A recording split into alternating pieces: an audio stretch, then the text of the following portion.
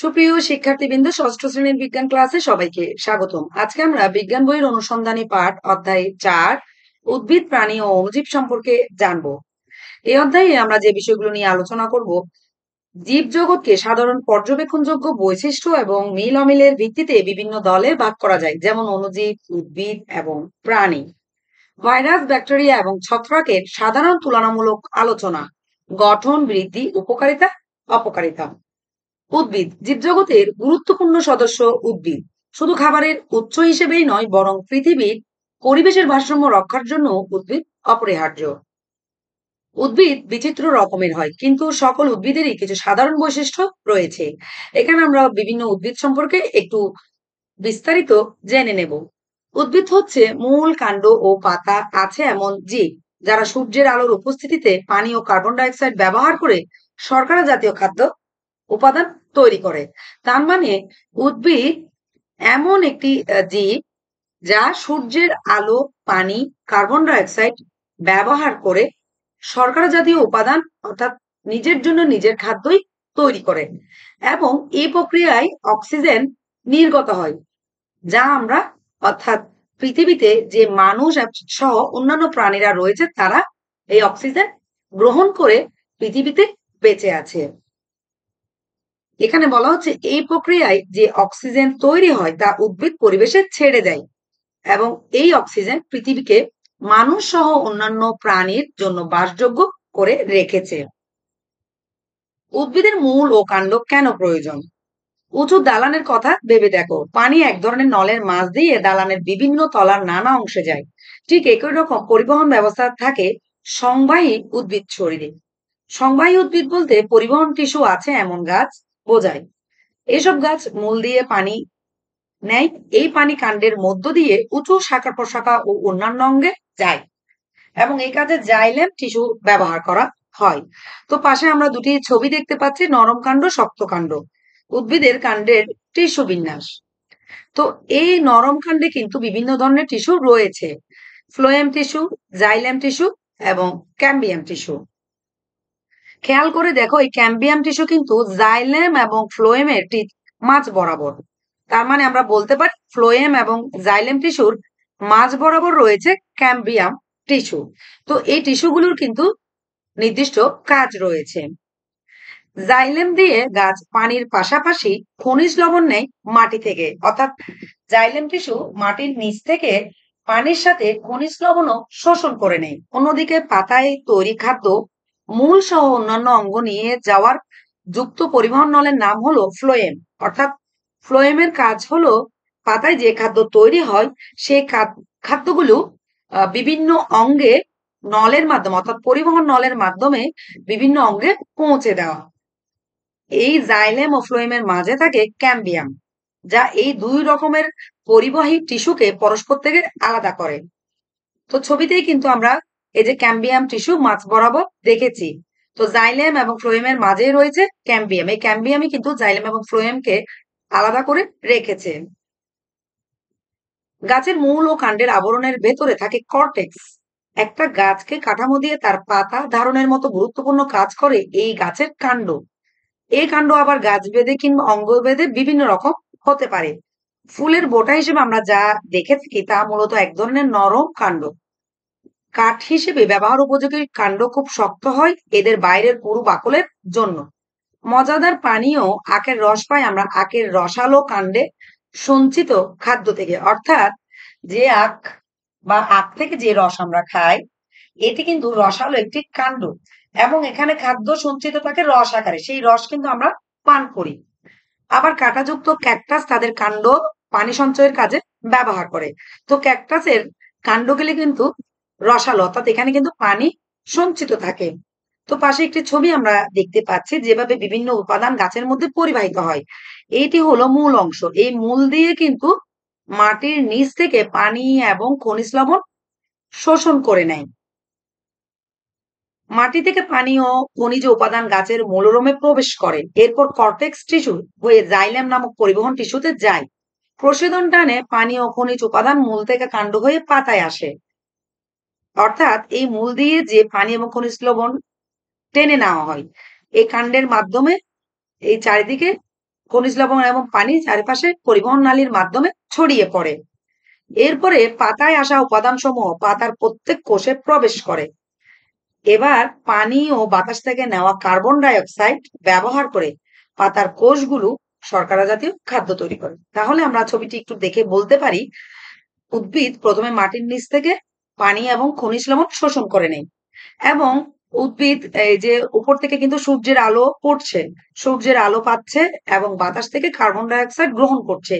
তো এই তিনটি উপাদান পাতার মধ্যে বিভিন্ন কোষগুলোতে এই তিনটি উপাদানকে বিক্রিয়া করে উদ্ভিদ নিজের খাদ্য নিজেই তৈরি করে এবং এই খাদ্য তৈরির প্রক্রিয়ায় কিন্তু অক্সিজেন নির্গত হয়, মানে অক্সিজেন সে বাতাসে ছেড়ে দেয়। সেই অক্সিজেন মানুষ এবং অন্যান্য সকল প্রাণী গ্রহণ করে পৃথিবীতে বেঁচে থাকে। এবার আমরা মূল সম্পর্কে পড়ব। গাছের যে অংশ মাটির সাথে যুক্ত থাকে, খাদ্য জমা রাখে, মাটি থেকে পানি ও খনিজ পুষ্টি উপাদান সংগ্রহ করে, তা মূল বা শিকড় নামে পরিচিত। তো এই রুট রুট অংশ বা মূল কিন্তু আমরা চিনি, যেটি মাটির নিচে থাকে এবং মাটি থেকে পানি এবং খনিজ লবণ শোষণের কাজ করে। মূলের গায়ে থাকে মূলরোগ নামক ছোট চুলের মতো অংশ, এটিকে রুট হেয়ার বলে। এই যে ছোট ছোট মূলের আশেপাশে ছোট ছোট আমরা কিছু চুলের মতো অংশ দেখতে পাই, এটি হলো রুট হেয়ার। মূলরোমের গঠন এমন থাকে যাতে খুব সহজেই বেশি পরিমাণে মাটি থেকে পানি ও দ্রবীভূত খনিজ লবণ শোষণ করে নিতে পারে। প্রত্যেক মূলের আগায় থাকে মূল টুপি বা রুট ক্যাপ। এটি মূলত কোষের শক্ত আবরণ, যা মূলকে আঘাত থেকে রক্ষা করে। মূলের যে অংশ মাটির গভীরে প্রবেশ করে তা হলো প্রধান মূল। আবার ভূপৃষ্ঠতলের কাছাকাছি শাখা মূল বিস্তৃত থাকে। এরা পানি শোষণের জন্য বিশাল নেটওয়ার্ক তৈরি করে। মাটি থেকে পানি মূলে প্রবেশের পর মূল কোষে সৃষ্ট তরল চাপের প্রভাবে পানি কাণ্ডের মধ্য দিয়ে পাতার দিকে যেতে থাকে। তার মানে আমরা বলতে পারি এই মূল বা শিকড়ের মূল কাজই হলো মাটির নিচ থেকে পানিকে শোষণ করে নিয়ে বিভিন্ন টিস্যুর মাধ্যমে পুরো শরীরে প্রবাহিত করা। আবার প্রসেদন প্রক্রিয়ায় গাছ পাতা থেকে পানির পত্র রন্ধ্র দিয়ে পরিবেশে ছেড়ে দেয়। তো গাছ পাতা থেকে এই যে পানি পত্ররন্ধ্র দিয়ে পরিবেশে ছেড়ে দেওয়ার প্রক্রিয়াটা হলো প্রসেদন। তো এই ব্যাপারটি আরো স্পষ্ট করে বলতে পারি, খেয়াল করে দেখবে সূর্যের আলো যখন পাতাতে পড়ে পাতা কিন্তু খুব গরম হয়ে যাওয়ার কথা, কিন্তু সবুজ পাতা কখনো গরম হয় না। তো এই গরম হয় না এর কারণ হলো প্রসেদন। কারণ প্রসেদন হলো এমন একটি প্রক্রিয়া যে প্রক্রিয়ায় পাতার মধ্যে কিন্তু অসংখ্য ক্ষুদ্র ক্ষুদ্র ছিদ্র রয়েছে, যেগুলো আমরা দেখতে পাই না, এগুলোকে বলা হয় পত্ররন্ধ্র। তো আহ প্রশোধন প্রক্রিয়ায় গাছ এই পাতা থেকে পানি এই ছিদ্রগুলো দিয়ে পরিবেশে ছেড়ে দেয়। তো ছিদ্রগুলো দিয়ে যখন পানিগুলো বের হয়ে যায় একে বলা হয় প্রশোধন প্রক্রিয়া। এবং এই প্রশোধন প্রক্রিয়ার জন্যই কিন্তু সূর্যের আলো পাতায় পড়লেও পাতা কখনোই গরম হয় না। এভাবে পানি হ্রাসের ফলে তৈরি হওয়া পানি শূন্যতা পূরণে মূল থেকে জাইলেমের মাধ্যমে পানি উপরে উঠতে থাকে। তো এভাবে একদিকে পাতা পানি বাতাসে ছেড়ে দেয়, আবার মূল কিন্তু নিচ থেকে পানি টেনে নেয়। এই প্রক্রিয়ায় কিন্তু ক্রমাগত চক্রাকারে চলতে থাকে এবং এভাবে উদ্ভিদ নিজের খাদ্য নিজে তৈরি করে। এবার আমরা পাতা সম্পর্কে পড়ব। একটি উদ্ভিদের দিকে তাকালে যে দিকে সবচেয়ে বেশি চোখ পড়ে তা হচ্ছে পাতা। বিভিন্ন রঙের আকার আকৃতির পাতা রয়েছে। আম, কাঁঠাল, জাম, বট প্রভৃতি গাছে একক ও সরল পাতা দেখা যায়। গোলাপ, নিম, সজনে প্রভৃতি গাছের পাতায় ছোট ছোট পত্র ফলক থাকে। এদের যৌগিক পাতা বলে। কিছু গাছের পাতা সূর্যের মতো চিকন কিংবা কারো ক্ষেত্রে কাঁটাযুক্ত থাকে। তো বিভিন্ন রকমের পাতা আমরা দেখতে পাই। পাতার বাইরের আবরণ হলো ত্বকীয় বহিস্তর বা অ্যাপিডার্মিস। একে ঘিরে থাকে কিউটিকল নামক মোম জাতীয় আবরণ। চিরহরিৎ জাতীয় গাছ যেমন পাইন গাছে সারা বছর সবুজ পাতা থাকে। পাতার কিউটিকল খুব ঠান্ডা বা শুষ্ক আবহাওয়ায় পাতা থেকে অতিরিক্ত পানি বের হওয়া রোধ করে। পাতার নিচের পৃষ্ঠে পত্ররন্ধ্র নামক ছোট ছোট ছিদ্র থাকে এবং এইসব ছিদ্রকে ঘিরে থাকে রক্ষী কোষ বা গার্ড সেল, যারা গাছ থেকে জলীয় বাষ্প ও বায়ুর নির্গমনকে নিয়ন্ত্রণ করে থাকে। যখন গাছে পর্যাপ্ত পানি থাকে রক্ষী কোষ স্ফীত হয়ে পত্ররন্ধ্রের মুখ খুলে যায়। অর্থাৎ মুখ খুললেই কিন্তু এই পানিগুলো প্রশোধন প্রক্রিয়ায় বাইরে বের হয়ে যেতে পারে। তো পরিবেশের তাপমাত্রা বেড়ে গেলে পানি হ্রাস কমানোর জন্য পত্ররন্ধ্রের মুখ বন্ধ হয়ে যায়। প্রশোধনের জন্য গাছ অতিরিক্ত পানি হারায়। মূল দিয়ে শোষিত পানির শতকরা প্রায় 99 ভাগই প্রশোধনের মাধ্যমে পরিবেশে ফিরে আসে। তো এই ব্যাপারটি হলো গাছ কিন্তু মূল দিয়ে পানি শোষণ করে নেয় এবং এই শোষিত পানির প্রায় 99 ভাগ পানি কিন্তু আবার প্রশোধন প্রক্রিয়ায় পরিবেশে ফিরে আসে। কিভাবে? তো পাতায় কিন্তু অসংখ্য ক্ষুদ্র ক্ষুদ্র ছিদ্র রয়েছে। তো প্রশোধন হলো এই ছিদ্র দিয়ে ওই মাটির নিচ থেকে টেনে আনা পানি যখন ছিদ্রগুলো দিয়ে পরিবেশে ছেড়ে দেয়, তো আবার সেই পানি কিন্তু পরিবেশে পুনরায় ফিরে আসছে। তো একে বলা হয় প্রশোধন প্রক্রিয়া। এবার আমরা পাতার বিভিন্ন অংশগুলো দেখব। এটি হলো একটি যৌগিক পাতা। কারণ এখানে একটি সরল পাতা আমরা দেখতে পাচ্ছি, একটি যৌগিক পাতা। সরল পাতাটি কিন্তু শুধুমাত্র একটি শিরা, পত্রফলক এবং একটি পত্রবিন্দু রয়েছে। তবে যৌগিক পাতায় খেয়াল করে দেখো একাধিক পত্রফলক, একাধিক শিরা রয়েছে। এজন্য এটি যৌগিক পাতা। তো একটি পাতাকে যদি আমরা আরো বড় করে দেখি, এখানে বিভিন্ন স্তরগুলো আমরা দেখতে পাচ্ছি। এই যে পাতার উপরে এই সূর্যের আলো পৃষ্ঠটিতে পড়ছে। উপরের স্তরটি হলো কিউটিকল, এর পরের স্তরটি ঊর্ধ্বত্বক এবং ঠিক মাঝ বরাবর স্তরটি হলো ক্লোরোপ্লাস্ট। ক্লোরোপ্লাস্টের কারণেই কিন্তু এই পাতার রং সবুজ হয়ে থাকে এবং নিচের অংশটি আমরা দেখতে পাচ্ছি নিম্নত্বক। এগুলো হলো রক্ষী কোষ এবং এই পাশ দিয়ে কিন্তু বায়ু প্রবেশ করে। এগুলো ছিদ্র অর্থাৎ পত্র রন্ধ্র বা ছোট ছোট ছিদ্র, এবং এই ছিদ্রগুলো দিয়ে কিন্তু অক্সিজেন ও পানি নির্গমন হয়। প্রশোধন প্রক্রিয়ায় যে পানি নির্গমন করে এই ছিদ্রগুলো দিয়েই পানি নির্গমন হয় এবং এগুলো হলো পাতার শিরা। তো একটি পাতার বিভিন্ন স্তরগুলো আমরা এখন দেখলাম।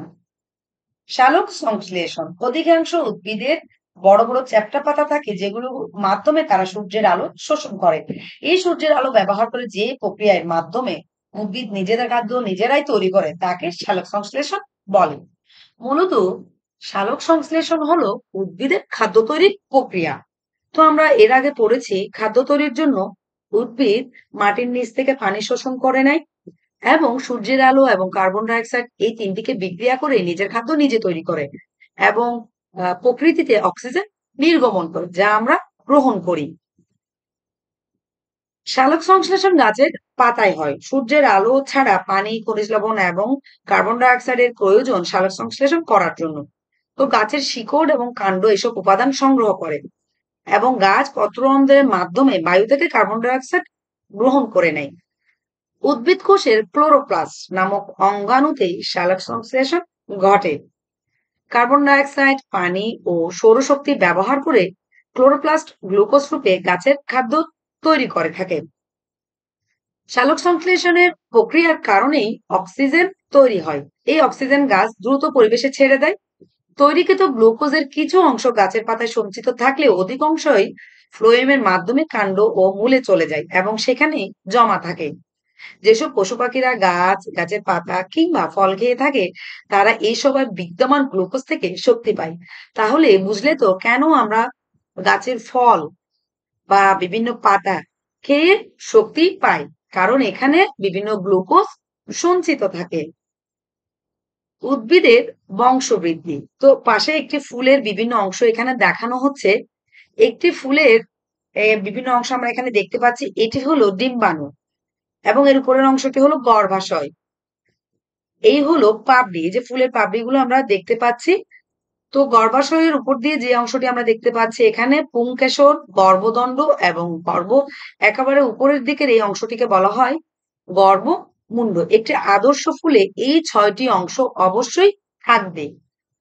উদ্ভিদের বংশ বৃদ্ধি। সকল জীবেরই প্রজনন ঘটে। প্রজনন হলো বংশবৃদ্ধি প্রক্রিয়া যার মাধ্যমে একই প্রজাতির নতুন নতুন বংশধর সৃষ্টি হয়। তো একটি উদ্ভিদ থেকে নতুন আরেকটি উদ্ভিদের জন্ম, নতুন আরো একটি উদ্ভিদের জন্ম, এভাবেই কিন্তু বংশবৃদ্ধি হয়ে থাকে। তো প্রজনন বিভিন্নভাবে হতে পারে। যৌন প্রজননে পুং ও স্ত্রী জনন কোষের মিলনের নতুন সদস্য তৈরি হয়। আবার অযৌন প্রজননে শুধু এক ধরনের কোষ থেকে নতুন বংশধর তৈরি হয়। কোনো কোনো উদ্ভিদ, প্রাণী কিংবা অণুজীবে উভয় ধরনের প্রজনন দেখা যায়। বীজযুক্ত উদ্ভিদ। বীজ হলো উদ্ভিদের জীবনচক্রে তৈরি এমন একটি গঠন যা নতুন চারা যা গাছের জন্ম দিতে পারে। বীজে খাদ্য জমা থাকে, উপযুক্ত পরিবেশে বীজ থেকে নতুন গাছ বেড়ে ওঠে। কখনো কি ভেবে দেখেছো বীজ কিভাবে তৈরি হয়? নিচের ছবিটি ভালোভাবে লক্ষ্য করো। এতে বীজ সৃষ্টির প্রক্রিয়া দেখানো হয়েছে। তো বীজযুক্ত গাছের যৌন প্রজনন ঘটে। গাছের পুংজনন কোষ বা পরাগরেণুর মিলন ঘটে স্ত্রী জনন কোষের ডিম্বাণুর সাথে। ফুলের পরাগধানীতে পরাগরেণু আর গর্ভাশয়ে ডিম্বাণু সৃষ্টি হয়। গর্ভদণ্ডের নিচেই গর্ভাশয় থাকে। পরাগধানী থেকে পরাগরেণু বাতাস, মৌমাছি কিংবা অন্য কোনো মাধ্যমে ফুলের গর্ভমুণ্ডে যে প্রক্রিয়ায় যায় তাকে পরাগায়ন বলে। তো এখন একটি নতুন বিষয় আমরা জানবো, পরাগায়ন। পরাগায়নের মাধ্যমে কিন্তু নতুন উদ্ভিদ জন্ম নেয়। তো পরাগায়ন সৃষ্টির জন্য পরাগধানী থেকে পরাগরেণু হয়তোবা বাতাস কিংবা মৌমাছি কিংবা অন্য যে কোনো মাধ্যমে ফুলের গর্ভমুণ্ডে যে প্রক্রিয়ায় যায় তাকে পরাগায়ন বলে। তো নিচে আমরা একটি নিষেক প্রক্রিয়া দেখতে পাচ্ছি। প্রথম যে ছবিটি আমরা দেখতে পাচ্ছি এখানে, পরাগরেণু এসে ফুলের গর্ভমুণ্ডে পতিত হলে পরাগনালিকার সৃষ্টি হয়। এটি হলো পরাগরেণু। এই পরাগরেণু যখন ফুলের গর্ভমুণ্ডে পতিত হয় এর ফলে পরাগনালিকা সৃষ্টি হয়। গর্ভমুণ্ড হলো ২ নম্বর চিত্রটিতে আমরা পরাগনালিকা বেয়ে পরাগরেণু ফুলের গর্ভাশয়ের দিকে যেতে থাকে। একসময় তা সেই গর্ভাশয়ে পৌঁছে। এটি হলো পরাগ নালিকা, অর্থাৎ এই পরাগরেণু পরাগ নালিকা দিয়ে ফুলের গর্ভাশয়ের এই গর্ভাশয়ের দিকে যেতে থাকে।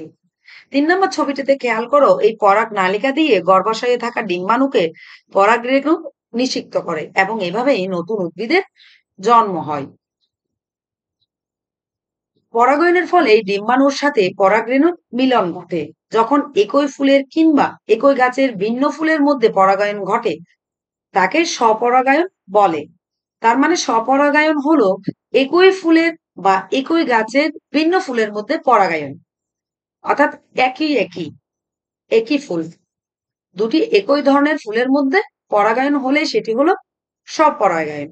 আবার দুটি ভিন্ন গাছের ফুলের মধ্যে পরাগায়ন ঘটলে তাকে পরপরাগায়ন বলে। ফুলের মাঝে পরাগরেণু আদান প্রদানের নিযুক্ত থাকা মাধ্যমকে পরাগরেণু বাহক বলে, যেমন পাখি, কীটপতঙ্গ, বায়ু কিংবা পানি। যেমন পাখি একটি ফুলের উপর বসে যখন সে মধু খাচ্ছিল, ঠিক তার রেণুগুলো এই ফুলের ঠোঁটে লেগে যায়। আবার সেই পাখি যখন অন্য ফুলের রেণুতে বসে, আগের ফুলের লেগে থাকা রেণু পাখির ঠোঁটের মাধ্যমে অন্য ফুলের রেণুতে গিয়ে পরাগায়নের প্রক্রিয়াটি সম্পন্ন করে। এজন্যই এই পাখিকে বলা হচ্ছে পরাগরেণু বাহক, অর্থাৎ পাখির মাধ্যমে কিন্তু এক ফুলের পরাগরেণু অন্য ফুলের পরাগরেণুতে যেতে পেরেছে। পরাগরেণু এসে পরাগমুণ্ডে পতিত হলে পরাগনালিকার সৃষ্টি হয়। এই নালিকা বেয়ে পরাগরেণু নিচে গর্ভাশয়ের দিকে যেতে থাকে। একসময় সেই গর্ভাশয়ে থাকা ডিম্বাণুর সাথে মিলিত হয়। এই যে ডিম্বাণুর সাথে মিলিত হয় এবং এই মিলন প্রক্রিয়াকেই বলে নিষেক। নিষিক্ত ডিম্বাণু থেকে ফল এবং বীজ তৈরি হয়। আবার এই বীজ থেকে নতুন উদ্ভিদের জন্ম হয়। এভাবেই উদ্ভিদ বংশবৃদ্ধি করতে থাকে। বীজহীন ফলের উদ্ভিদ, কিছু কিছু উদ্ভিদের ফলে বীজ তৈরি হয় না। এসব ক্ষেত্রে স্পোরের মাধ্যমে গাছের বংশবৃদ্ধি ঘটে। স্পোর হলো এক বিশেষ ধরনের ছোট কোষ। স্পোর ক্যাপসুলের ভেতরে স্পোর সৃষ্টি হয়। সংবাহী টিস্যুহীন উদ্ভিদ যেমন শ্যাওলার প্রজনন স্পোরের মাধ্যমে ঘটে। আবার কিছু কিছু সংবাহী টিস্যুযুক্ত উদ্ভিদ ও প্রজননে স্পোরের ব্যবহার দেখা যায়। বীজের ভিন্নতা, বীজের আবরণ থাকার উপর ভিত্তি করে উদ্ভিদকে আবৃতবীজী এবং অনাবৃতবীজী এই দুই ভাগে ভাগ করা যায়। আবৃতবীজী উদ্ভিদের বিস্তার ফুলের উপর নির্ভরশীল হলেও অনাবৃতবীজী উদ্ভিদের ক্ষেত্রে তা নয়। অনাবৃতবীজী উদ্ভিদের বীজ কোণের মধ্যে তৈরি হয়, যেমন পাইন গাছের বীজ। অনাবৃতবীজী উদ্ভিদ হলো প্রাচীনতম উদ্ভিদ। যখন পৃথিবীতে ডাইনোসর ছিল তখন স্থলজ উদ্ভিদের মধ্যে অনাবৃতবীজী উদ্ভিদ ছিল প্রধান। এই উদ্ভিদগুলোর পৃথিবীতে আবির্ভাব হয় প্রায় 250 মিলিয়ন বছর পূর্বে। এ সময়ের প্রায় 100 মিলিয়ন বছর পরেও আবৃতবীজী উদ্ভিদের আবির্ভাব ঘটেনি। কিছু কিছু অনাবৃতবীজী উদ্ভিদ আকারে অনেক ছোট হয়, বাকিরা অনেক বড় উদ্ভিদে পরিণত হয়। ছবিতে আমরা একটি কাঁঠালের বীজি দেখতে পাচ্ছি। এটি একটি আবৃতবীজী উদ্ভিদের উদাহরণ। উদ্ভিদের খাদ্য সঞ্চয়। বাজারে গেলে ফল এবং সবজির দিকে খেয়াল করে দেখো, সব ফল এবং সবজি উদ্ভিদ থেকেই আসে। যারা সূর্যের আলোর শক্তি, আলো এক ধরনের শক্তি, শক্তির নানা রূপ রয়েছে, যেমন শব্দ, তাপ, বিদ্যুৎ ইত্যাদি। তো এই আলো শক্তি খাদ্য হিসেবে জমা করে। মিষ্টি আলু এবং গাজর তাদের মূলে খাদ্য সঞ্চয় করে, যা আমরা খেয়ে থাকি। অর্থাৎ মিষ্টি আলু এবং গাজর কিন্তু আহ এদের কিন্তু কাণ্ড, পাতা, ফুল, ফল কিছু নেই, এটি মূলেই খাদ্য সঞ্চয় করে এবং এগুলো আমরা খেয়ে থাকি। আলু, আখ এবং আদা তাদের কাণ্ডে খাদ্য সঞ্চয় করে। যখন মানুষ এক কাপ চা পান করে অথবা পালং শাক বা বাঁধাকপি জাতীয় সবজি খায়, তখন তারা মূলত পাতা খায়। চায়ের পাতা ক্ষেত্রে পাতার নির্যাস, অর্থাৎ এই চায়ের পাতার নির্যাসটি আমরা রং অর্থাৎ লিকার করে চা খাই। ফুলকপি এবং ব্রকলি হলো মূলত ফুল, যেগুলো আমরা খাই। এমনকি বীজও আমরা খেয়ে থাকি, যেমন শিমের বীজ, চাল, বাদাম। উদ্ভিদের বীজ অনেক পুষ্টি সম্পন্ন হয় কারণ বীজের মধ্যে খাদ্য সঞ্চিত থাকে। তো আমরা বলতে পারি এই যে সবজি, ফল, বীজ এগুলো খেয়ে আমরা শক্তি পাই, কারণ এই প্রত্যেকটি অংশেই কিন্তু খাদ্য বা গ্লুকোজ জমা থাকে। প্রাণী। তুমি কি কখনো চিড়িয়াখানায় গিয়েছো? যদি নাও যেয়ে থাকো তাহলে একটু ভেবে দেখো তো তোমার প্রিয় প্রাণী কোনটি। এসব প্রাণীদের ভেতরে কি বিশেষ কোনো পার্থক্য চোখে পড়ে? মেরুদণ্ডী প্রাণী। পৃথিবীতে যত প্রাণী আছে তাদের ভেতর রয়েছে নানা বৈচিত্র্য। যেমন তোমার পোষা বিড়ালটির একটি শক্ত শির দ্বারা বা মেরুদণ্ড রয়েছে। তোমারও পিঠের মাঝ বরাবর একটি মেরুদণ্ড রয়েছে, যা তোমাকে সোজা হয়ে চলতে সহযোগিতা করে। আবার অনেক প্রাণী আছে যাদের এমন গঠন নেই, যেমন কেঁচো। নিশ্চয়ই দেখে থাকবে কেঁচো কিভাবে বুকে ভর দিয়ে চলে। মেরুদণ্ডী প্রাণীরা হচ্ছে সেই সব প্রাণী যাদের শরীরে বিভিন্ন খণ্ডে বিভক্ত একটি মেরুদণ্ড থাকে। তাহলে আমরা বলতে পারি মেরুদণ্ডী প্রাণী হলো যাদের মেরুদণ্ড রয়েছে। মেরুদণ্ডী প্রাণীদের 7টি শ্রেণীতে বিভক্ত করা হয়। স্থল, পরিবেশ ও সমুদ্রের বৃহত্তম প্রাণীরাও এই শ্রেণীর অন্তর্ভুক্ত। তো কিছু মেরুদণ্ডী প্রাণী আমরা এখানে দেখতে পাচ্ছি। মেরুদণ্ডী প্রাণীর শ্রেণী বিভাগ। মেরুদণ্ডী প্রাণী হলো মেরুরজ্জু যুক্ত প্রাণী। এটি তাদের পিঠ বরাবর নিচের দিকে নেমে আসে। এসব প্রাণী মূলত কর্ডেট নামে পরিচিত। মেরুদণ্ড মেরুরজ্জুকে রক্ষা করে। মেরুদণ্ডী প্রাণীদের সুরক্ষা এবং চলাচলের জন্য অন্তঃকঙ্কাল থাকে। এই অন্তঃকঙ্কাল হাড় ও তরুণাস্থি দিয়ে তৈরি। তরুণাস্থি হলো নরম হাড়ের মতো উপাদান যা প্রাণীর সাথে বৃদ্ধি পায়। মেরুদণ্ডী প্রাণীর মধ্যে রয়েছে সরীসৃপ, উভচর, পাখি এবং স্তন্যপায়ী প্রাণী। কিছু স্তন্যপায়ী প্রাণী হলো 4 পা বিশিষ্ট প্রাণী, যেমন গরু, ছাগল, বিড়াল, কুকুর ইত্যাদি। অন্যরা 2 পা বিশিষ্ট প্রাণী, যেমন মানুষ। বিভিন্ন ধরনের মাছ মেরুদণ্ড প্রাণী শ্রেণীগুলোকে পরিপূর্ণ করে। তার মানে আমরা বলতে পারি মেরুদণ্ডী প্রাণী হলো যাদের একটি শক্ত মেরুদণ্ড রয়েছে এবং এই মেরুদণ্ডটি তাদের শক্ত এবং সোজা হয়ে দাঁড়িয়ে থাকতে সাহায্য করে। এবং মেরুদণ্ডী প্রাণীর কিন্তু বিভিন্ন শ্রেণী বিভাগ রয়েছে। এর মধ্যে সরীসৃপ, উভচর, পাখি, স্তন্যপায়ী প্রাণীও রয়েছে। স্তন্যপায়ী হচ্ছে যারা মায়ের বুকের দুধ পান করে।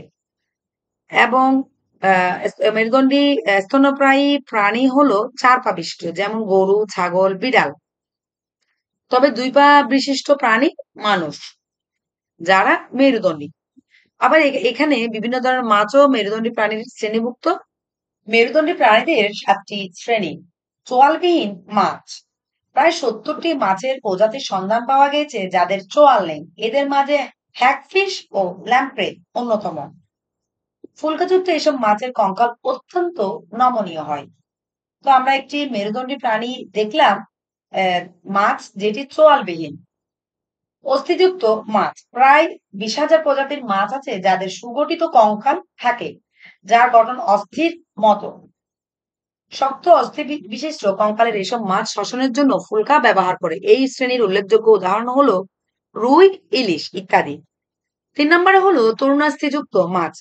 কোমল তরুণাস্থি নিয়ে স্ট্রিংরে, করাত মাছ ও নানা জাতের হাঙরের কঙ্কাল গঠিত হয়। এদেরও শ্বসনের জন্য সুগঠিত ফুলকা থাকে। তরুণাস্থিযুক্ত মাছের প্রায় 750টি প্রজাতি রয়েছে। উভচর প্রাণী, জল স্থল উভয় পরিবেশে বসবাস করার জন্য উভচর প্রাণীদের বিশেষ দেহ গঠন থাকে।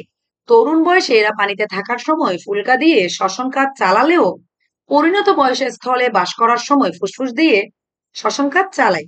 এসব প্রাণীর শক্ত চোয়াল, মসৃণ ত্বক ও অস্থিযুক্ত কঙ্কাল থাকে। প্রায় ৪,৭০০ প্রজাতির উভচর প্রাণীর মধ্যে ব্যাঙ, স্যালামেন্ডাল বহুল পরিচিত। ৫. সরীসৃপ। সরীসৃপের প্রধান বৈশিষ্ট্য হলো এরা বুকে ভর দিয়ে চলাফেরা করে। টিকটিকি, গিরগিটি, কুমির, কচ্ছপ, সাপসহ প্রায় ৮,০০০ প্রজাতির সরীসৃপ পাওয়া যায়। কিছু সরীসৃপ জলে বাস করে, আবার কিছু স্থলে বাস করে। এদের সুগঠিত ফুসফুস থাকে, আঁশযুক্ত ত্বকের আবরণে শক্ত অস্থিযুক্ত কঙ্কাল থাকে। ৬ নাম্বার হলো পাখি। প্রায় ৯,৭০০ প্রজাতির পাখি পাওয়া গিয়েছে। অধিকাংশ পাখি উঠতে পারে, ব্যতিক্রম উট পাখি।